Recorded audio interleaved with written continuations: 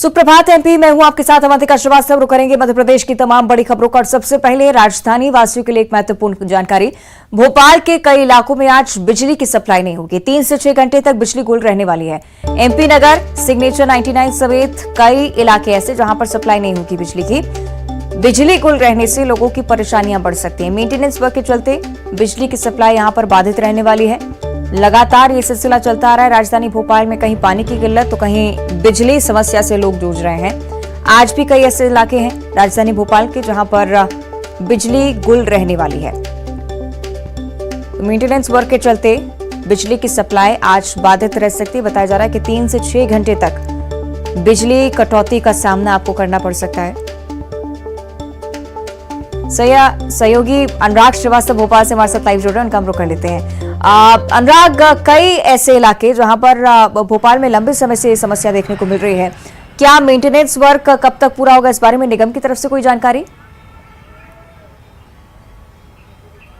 देखिए, राजधानी के अलग अलग इलाकों में मेंटेनेंस का काम किया जा रहा है और उसी के तहत बिजली की कटौती की जाती है। और मानसून से पहले, हालांकि अभी भी कई जगह पर बारिश हो रही है, लेकिन मानसून से पहले जो प्री मेंटेनेंस का काम किया जाता है उसी के तहत ये काम किया जा रहा है। और आज एमपी नगर और उसके आसपास के इलाकों में 3 से 6 घंटे तक की बिजली कटौती की जाएगी। बिजली विभाग का कहना है कि किसी भी तरीके के मेंटेनेंस के काम को पूरा करने के लिए बिजली आपूर्ति को थोड़ी देर के लिए प्रभावित किया जाता है और उसी के तहत आज भी राजधानी के कुछ इलाकों में बिजली की आपूर्ति प्रभावित होगी। मेंटेनेंस के काम पूरा होने के बाद बिजली आपूर्ति को शुरू किया जाएगा।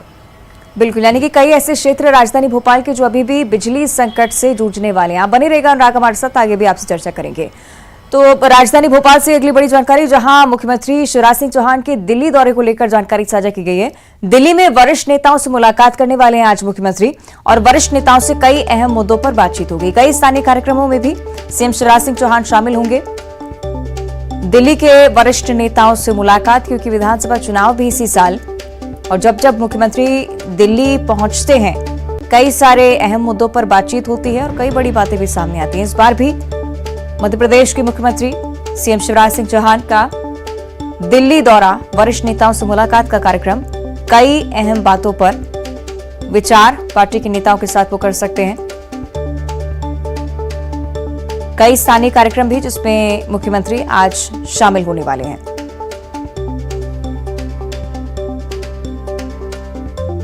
तो दिल्ली दौरे पर रहेंगे मुख्यमंत्री शिवराज सिंह चौहान। आज वरिष्ठ नेताओं से मुलाकात भी, बातचीत भी होगी। प्रदेश के मुद्दों सहित देश के ज्वलंत मुद्दों पर भी बातचीत हो सकती है। सहयोगी अनुराग हमारे साथ लगातार जुड़े हुए हैं। अनुराग, दिल्ली पहुंचेंगे मुख्यमंत्री, क्या कुछ जानकारी साझा की गई है कार्यक्रम को लेकर? देखिए, मुख्यमंत्री शिवराज सिंह चौहान आज पूरा दिन दिल्ली में गुजारेंगे। मुख्यमंत्री 11 बजे करीब दिल्ली पहुंचेंगे और उसके बाद कई केंद्रीय नेताओं से उनकी मुलाकात होगी। पार्टी को लेकर, आगामी विधानसभा चुनाव को लेकर मुख्यमंत्री की चर्चा हो सकती है और इसके अलावा केंद्रीय मंत्रियों से भी जो है मुख्यमंत्री मुलाकात कर सकते हैं। केंद्र सरकार की जो योजनाएं हैं और मध्य प्रदेश की जो लंबित राशि है, जो योजनाएं केंद्र में अटकी हैं, उनको लेकर भी केंद्रीय मंत्रियों के साथ उनकी मुलाकात हो सकती है। शाम को मुख्यमंत्री दिल्ली से भोपाल लौटेंगे, लेकिन दिन भर का जो आज उनका कार्यक्रम है वो अलग अलग नेताओं से मुलाकात करेंगे और पार्टी और संगठन को लेकर भी चर्चा कर सकते हैं। और राज्य सरकार की जो अपेक्षा केंद्र सरकार से है, जो योजनाएं लंबित हैं, जो राशि लंबित है, उसको भी जारी करने की मांग को लेकर वो केंद्रीय मंत्रियों के साथ मुलाकात कर सकते हैं। तो आज काफी खासा अहम दिन होगा जब मुख्यमंत्री दिल्ली में होंगे और पार्टी नेताओं के साथ मुलाकात करेंगे। चलिए, देखना होगा क्या कुछ आज होता है, क्योंकि विधानसभा चुनाव भी इसी साल है और हो सकता है कि चुनाव को लेकर कोई अच्छी खबर सामने आए। बहुत शुक्रिया आपका अनुराग इस पूरी जानकारी को साझा करने के लिए। और मध्य प्रदेश के किसानों के लिए भी खुशखबरी आई है सामने, जहां समर्थन मूल्य पर खरीदी के लिए 8 मई से पंजीयन की प्रक्रिया शुरू होने वाली है। ये जानकारी कृषि मंत्री के ट्विटर हैंडल से साझा की गई है। 2023 से 24 के लिए ग्रीष्मकालीन मूंग और उड़द की खरीदी होनी है। कृषि मंत्री कमल पटेल की तरफ से ट्वीट किया गया है। इस बारे में जानकारी साझा की गई। प्रदेश के 32 ऐसे जिले जहां पर मूंग और 10 जिलों में उड़द का उत्पादन होता है। किसानों से मूंग और उड़द की खरीदी की जाएगी। 8 मई से पंजीयन की प्रक्रिया शुरू होगी। मध्य प्रदेश में किसानों के लिए बड़ी खुशखबरी। समर्थन मूल्य पर सरकार उड़द और मूंग खरीदेगी। प्रदेश के 32 ऐसे जिले हैं जहां मूंग की उपज होती है और उड़द का उत्पादन 10 जिलों में, और इन्हीं किसानों से मध्य प्रदेश सरकार समर्थन मूल्य पर खरीदी शुरू करने वाली है। 8 मई से पंजीयन की प्रक्रिया शुरू हो जाएगी और जल्द ही खरीदी को लेकर भी जानकारी कृषि मंत्री की तरफ से साझा की जाएगी, क्योंकि फिलहाल ट्वीट के जरिए ही कृषि मंत्री कमल पटेल ने पंजीयन की प्रक्रिया शुरू होने को लेकर जानकारी साझा की है।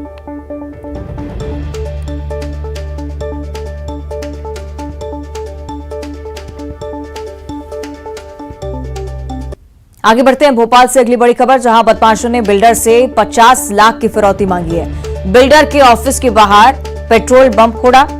बिल्डर को धमकाने के लिए ऑफिस के बाहर बम फोड़ने पहुंचे बदमाश और पुलिस ने आरोपी बदमाशों को मौका देखते ही पकड़ लिया। अयोध्या नगर का ये पूरा मामला है। बदमाशों ने बिल्डर से 50 लाख की फिरौती मांगी थी और नहीं देने पर जान से मारने की धमकी भी, पेट्रोल बम भी फोड़ा है ऑफिस के बाहर जाकर। हालांकि पुलिस ने तत्परता दिखाते हुए बदमाश को पकड़ा है। अयोध्या नगर का यह पूरा मामला, लेकिन क्या विवाद रहा अभी तक इस बारे में जानकारी सामने नहीं आ पाई है। ये कुछ तस्वीरें जो कि इस घटना से जुड़ी हुई हैं। बदमाश बाइक पर बैठे हुए वहां पर पहुंचते हैं और उसके बाद ऑफिस के बाहर पेट्रोल बम फोड़ते हैं। धमकाने की कोशिश की जाती है बिल्डर को। एक्सक्लूसिव तस्वीरें न्यूज़ 18 आप तक पहुंचा रहा है। 50 लाख की फिरौती की मांग। सहयोगी जितेंद्र इस पर हमें ज्यादा जानकारी देंगे। जितेंद्र, क्या कुछ विवाद रहा, किस बारे में ये रकम मांगी जा रही थी, अभी तक इसका खुलासा? बिल्कुल, अगर बात करें तो 50 लाख की एक बिल्डर से फिरौती मांगी जा रही थी। अयोध्या नगर थाना क्षेत्र का पूरा मामला है, जहां पर आप देख सकते हैं कि नकाबपोश बदमाश एक बाइक पर सवार होकर आते हैं और बिल्डर के जो ऑफिस में एक पेट्रोल बम फेंक कर सनसनी फैला देते हैं। वहां पर पेट्रोल बम जैसे ही ब्लास्ट होता है तो पूरा ये जो वाकया है, पूरा घटनाक्रम सीसीटीवी कैमरे में कैद हो जाता है और इसके अलावा जो आरोपी हैं वो भी सीसीटीवी कैमरे में कैद हो जाते हैं। इसी के आधार पर अयोध्या नगर पुलिस ने जो है आरोपी को हिरासत में लिया, गिरफ्तार कर लिया, उसे पूछताछ की जा रही है, क्योंकि वो इलाके के एक नामी बिल्डर हैं जिनसे 50 लाख की फिरौती मांगी जा रही थी। हालांकि अभी पूरे मामले का खुलासा होना बाकी है कि आखिरकार क्या वजह थी और किन चीजों को लेकर 50 लाख की फिरौती या उस पर अड़ीबाजी की जा रही थी। इसी चलते यह पेट्रोल बम उनके दफ्तर पर फोड़ा गया है, जिसके बाद आरोपी पकड़ में आ चुका है। अभी ठीक है, बहुत शुक्रिया आपका जितेंद्र इस पूरी जानकारी को साझा करने के लिए। अच्छी पहल पुलिस की तरफ से, सराहनीय कार्रवाई कि फौरन समय रहते बदमाश को पुलिस ने गिरफ्तार कर लिया है। आगे बढ़ते हैं, बीजेपी के राष्ट्रीय महासचिव कैलाश विजयवर्गीय की चर्चा करेंगे, जो कि नर्मदापुरम दौरे पर रहे और यहां पर उन्होंने मध्य प्रदेश सरकार द्वारा फिल्म द केरला स्टोरी को टैक्स फ्री किए जाने पर अपनी बात रखी और कहा है कि इस प्रकार की सही कहानियों की फिल्म बनाना पहली बार शुरू हुआ है और इसलिए फिल्म बनाने वालों की साहस की प्रशंसा भी की जानी चाहिए। बजरंग दल मामले को लेकर यह भी कहा कि बजरंग दल एक राष्ट्रवादी विचारधारा वाला संगठन है।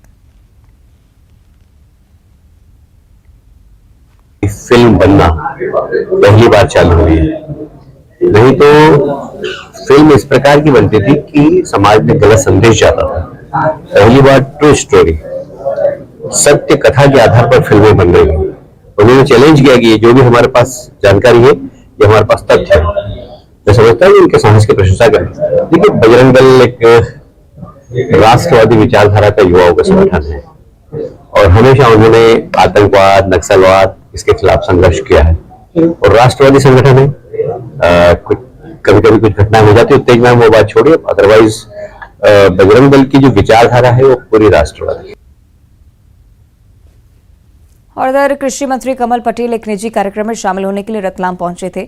यहां पर उन्होंने कांग्रेस पर जमकर हमला बोला है। कमल पटेल ने कहा कि उनकी 7 पुश्तें भी सत्ता में नहीं आ पाएंगी। किसानों के सवाल पर कहा कि सरकार किसानों के लिए बहुत अच्छा काम कर रही है। उन्होंने लोगों से द केरला स्टोरी फिल्म देखने की भी अपील की है।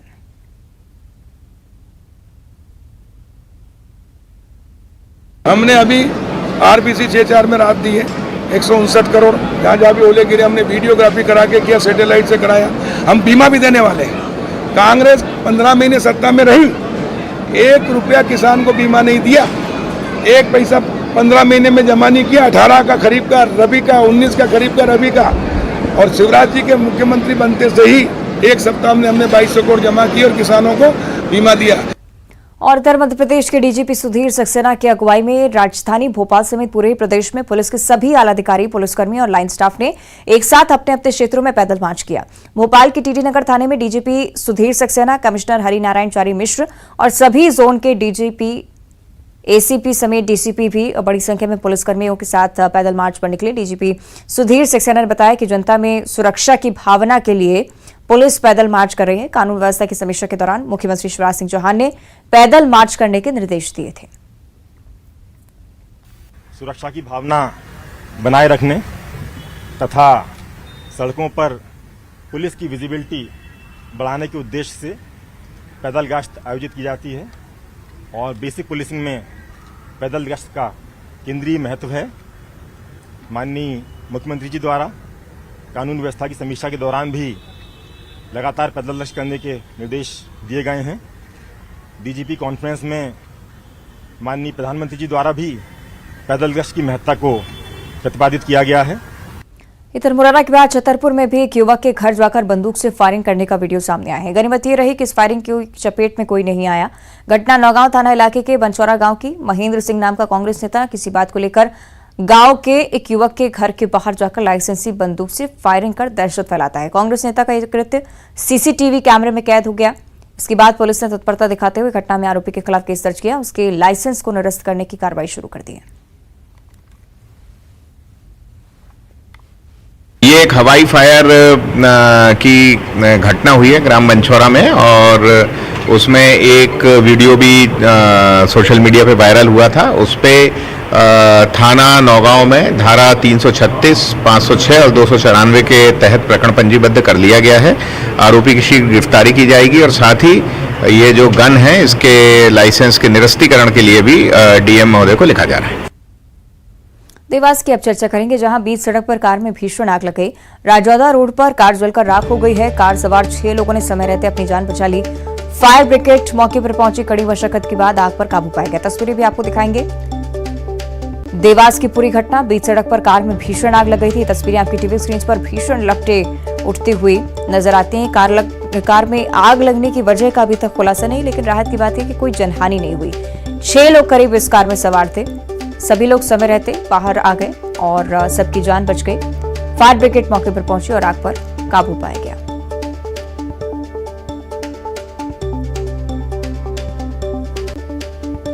और दृष्टि बाधित महिला क्रिकेट टीम की कप्तान सुषमा पटेल का दमोह पहुंचने पर जोरदार स्वागत किया गया। सुषमा ने नेपाल में खेली गई सीरीज में भारतीय टीम का नेतृत्व किया है। दमोह पहुंचने पर उनका जोरदार स्वागत। और सुषमा पटेल के क्रिकेट का सफर काफी संघर्षपूर्ण है। बचपन से एक तीर लगने से उनकी आंख खराब हो गई थी, लेकिन पिता की लगन और बेटी को क्रिकेटर बनाने की चाह ने उनका सफर जारी रखा और उन्होंने अपनी सफलता का श्रेय अपने परिवार को दिया है।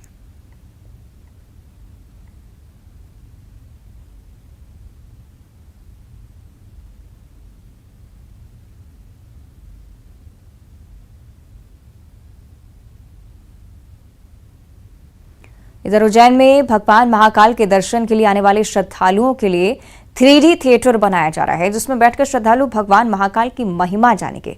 रिपोर्ट देखिए।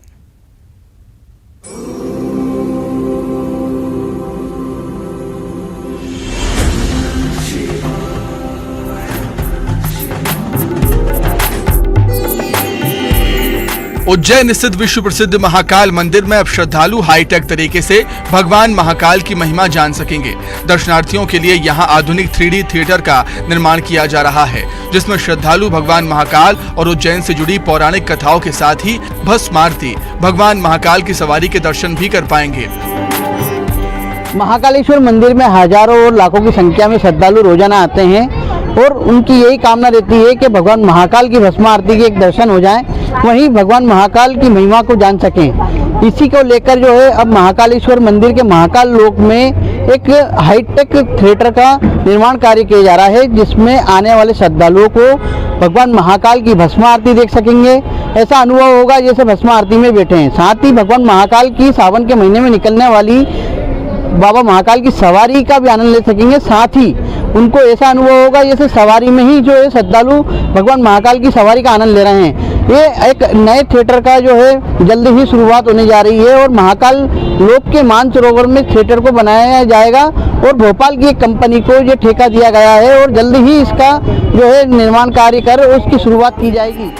महाकाल लोकमय थिएटर के निर्माण के लिए भोपाल की कंपनी को ठेका मिला है।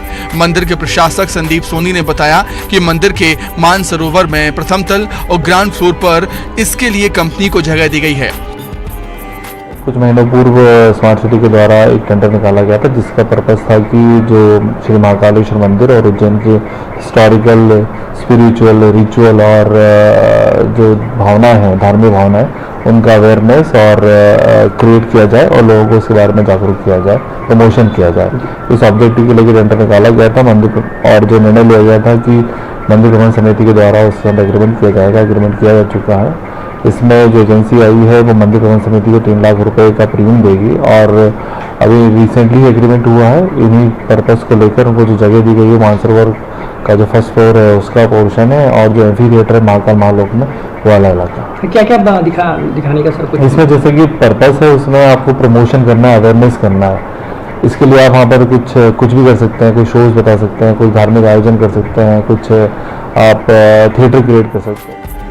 कंपनी थिएटर निर्माण के लिए 10 करोड़ रुपए का इन्वेस्टमेंट करेगी और मंदिर को भी हर महीने 3 लाख रुपए दिए जाएंगे। इसके साथ ही कंपनी भगवान महाकाल की गाथा मंदिरों पर आधारित फिल्म भी बनाएगी, जिनके जरिए श्रद्धालुओं को धर्म से जुड़ी जानकारियां मिलेंगी।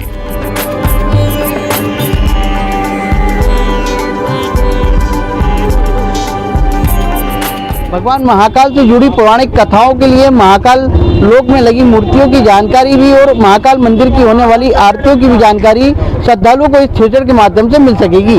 उज्जैन से अजय पटवा, न्यूज 18 मध्य प्रदेश।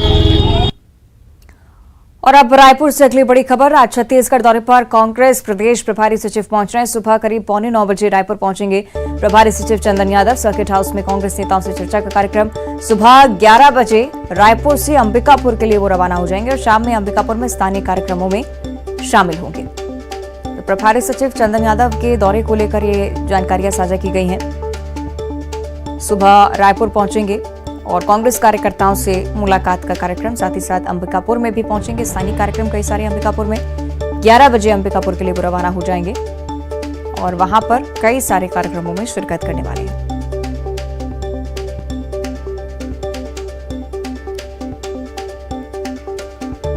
तो सर्किट हाउस में कांग्रेस नेताओं से चर्चा करने वाले हैं चंदन यादव। साथ ही साथ सुबह 11 बजे रायपुर से अंबिकापुर के लिए वो रवाना होंगे। शाम में अंबिकापुर में स्थानीय कार्यक्रमों में शिरकत करेंगे कांग्रेस प्रदेश प्रभारी चंदन यादव।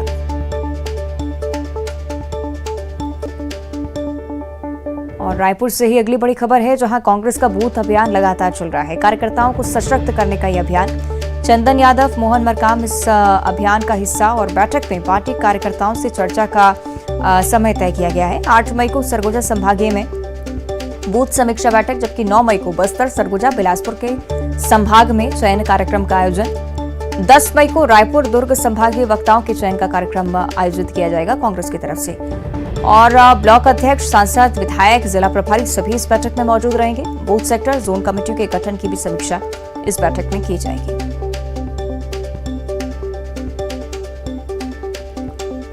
और रायपुर से अगली बड़ी खबर, जहां 10 जून को शिक्षक भर्ती परीक्षा होने वाली है। 30 जिला मुख्यालयों में परीक्षा का आयोजन किया जाएगा। 23 मई तक अभ्यर्थी ऑनलाइन आवेदन इसके लिए कर सकते हैं। 24 से 26 मई तक आवेदन में त्रुटि सुधार का समय।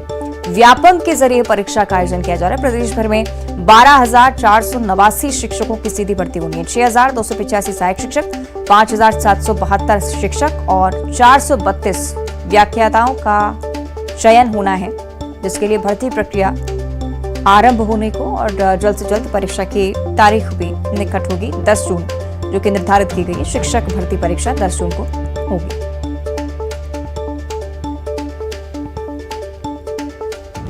तो व्यापम के जरिए इस बार परीक्षा का आयोजन।